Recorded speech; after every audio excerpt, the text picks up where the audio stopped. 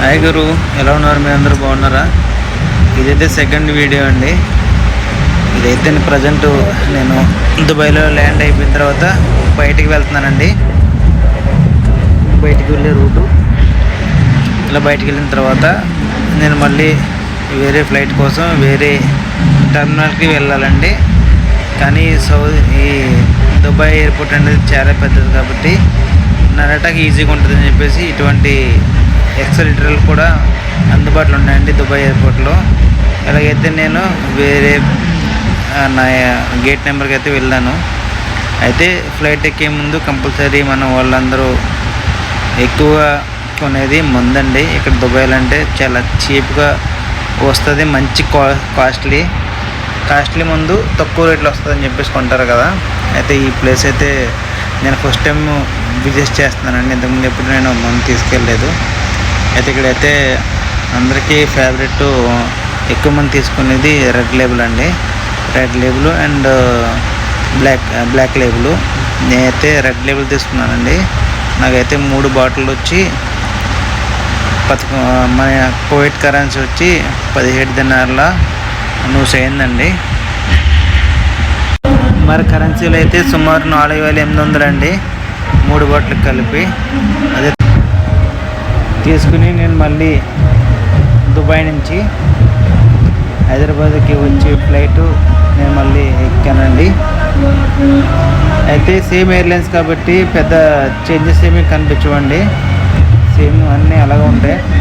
కొన్నిసార్లు మనకి ఫ్లైట్ మారినప్పుడు వేరే ఎయిర్లైన్స్ వచ్చినప్పుడు కొద్దిగా డిఫరెన్స్ ఉంటుంది, కానీ ఇది సేమ్ ఎయిర్లైన్స్ కాబట్టి సేమ్ అలాగే ఉండండి. సిట్టింగ్స్ కానీ మెయింటెనెన్స్ అంతా కూడా బాగానే ఉన్నదండి. నేనైతే మళ్ళీ నా సీట్ కోసం చివరికి వెళ్తున్నానండి. ఈ ఫ్లైట్లో ఇంతకుముందు వీడియో చెప్పాను కదా, ఫ్లైట్లో ఫ్రంట్ వాళ్ళంతా కూడా బిజినెస్ క్లాస్ ఉంటుందండి. వెనక వచ్చినప్పటికీ నార్మల్ క్లాస్ ఉంటుంది. అయితే మళ్ళీ నేను నెత్తుకుంటూ నా సీట్ దగ్గరికి వచ్చాను. ఈసారి కూడా నాకు విండో సీట్ దొరికిందండి. ఇక్కడ నుంచి దుబాయ్ నుంచి హైదరాబాద్ రావడం కూడా విండో సీటే. అయితే సేమ్ దాంట్లో వెళ్ళకుండా దీంట్లో కూడా మనము ఏదైనా డిస్ప్లేలోంచి మనకి ఏది కావాలంటే అది, మూవీస్ కావాలంటే మూవీస్, గేమ్స్ కావాలంటే గేమ్స్, అలా కాదు మనకి ఫ్లైట్ ఎక్కడి నుంచి ఎక్కడికి వెళ్తుంది, ఎన్ని కిలోమీటర్లు ప్రయాణం చేయాలి, ఎంతవరకు చేసాము ఇది చూడాలంటే అన్నీ ఏదైనా డిస్ప్లేలో మనం అప్డేట్ చేసుకుని చూడొచ్చండి. మనకు నచ్చిందైతే చూడొచ్చు. మనం వింటా కూడా మనకి ఇయర్ఫోన్స్ ఇస్తాడు. కానీ నాకు ఈ ఫ్లైట్లో ఇది గమనించానండి, ఇంత ఎగ్జైట్మెంట్లో ఎందుకు ఈ అర్థం ఎలా అవుతుందో నాకు అర్థం కాలేదు. ఇదొకటి నాకు ముందు భయం అనిపించింది, కానీ నేను లైట్గా తీసుకున్నాను. ఇది ఎందుకు గ్లాస్ అవుతుంది, పక్కది ఏదో ఒకటి ఇది అవుతుందండి. ఇదిగో మళ్ళీ ఇక్కడ మాకు మ్యాప్ చూపించేస్తున్నాడు, మనం ఎక్కడి నుంచి బయలుదేరుతున్నాము, ఎక్కడికి వెళ్ళాలనేది. ఇక్కడ కూడా సేమ్ రన్వేలోకి వచ్చిన తర్వాతే, మెయిన్ రన్వేలోకి వచ్చిన తర్వాత మనకి మళ్ళీ పైకి అనేది లిగుతుంది.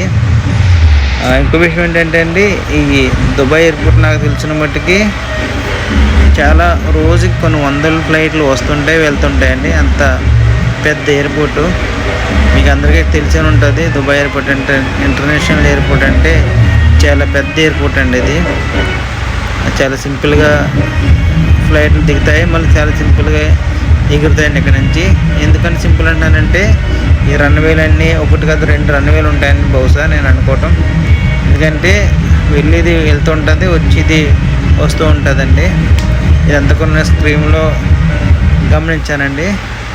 ఇక్కడ నుంచి వెళ్ళి పైకి లిఫ్ట్ చేశారు ఫ్లైటు. Bye bye Dubai. దీని పైనుంచి చూడండి దుబాయ్ ఎలా కనిపిస్తుందో, చాలా లైటింగ్తో చాలా అందంగా కనిపిస్తుంది కదండి. ఇదంతా దుబాయ్ అండి. నైట్ జర్నీ అయితే లైటింగ్ చూడటం ఉంటుంది.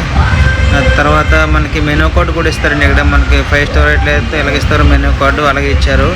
మెనూ చూసుకుని కాసేపు పడుకోమని దుప్పటి ఇచ్చారు. నా పక్క సీట్లు ఎవరు లేరు కాబట్టి నేను శుభ్రంగా పడుకొని లేచానండి. లేచినప్పటికీ మనకు ఫుడ్ వచ్చింది. ఈసారి అయితే మనకి నేను చికెన్ ఆర్డర్ ఇచ్చుకున్నానండి. దాంతో మనకి చక్కగా మన ఇండియన్ భోజనం అలాగే పచ్చడి ఇవన్నీ ఇచ్చారు. దాంతోపాటు బీర్ కూడా ఇచ్చారు. తిన్న తర్వాత మనకి ఎలాగా తెలిసిందే కదండి, బాత్రూమ్ వెళ్ళాలి కదా. తర్వాత ఇది ఫ్లైట్లో బాత్రూము. ఫ్లైట్లో ఇలా ఉంటుంది. ఇక్కడ వాటర్తో తక్కువ ఖర్చు ఉంటుంది, ఎందుకంటే ఇక్కడ వాటర్ ఎక్కువ వాటరు, అంతా ఎయిర్ ఫ్రెష్గా ఉంటుందండి.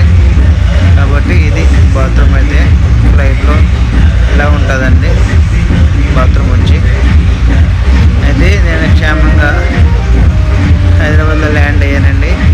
ల్యాండ్ అయ్యి నేను బయటకు వస్తున్నాను. హైదరాబాద్లో ఇప్పుడు నేను నా పాస్పోర్ట్ మీద స్టాంప్ వేస్తారండి వీళ్ళు, ఇక్కడ ల్యాండ్ అయినట్టు.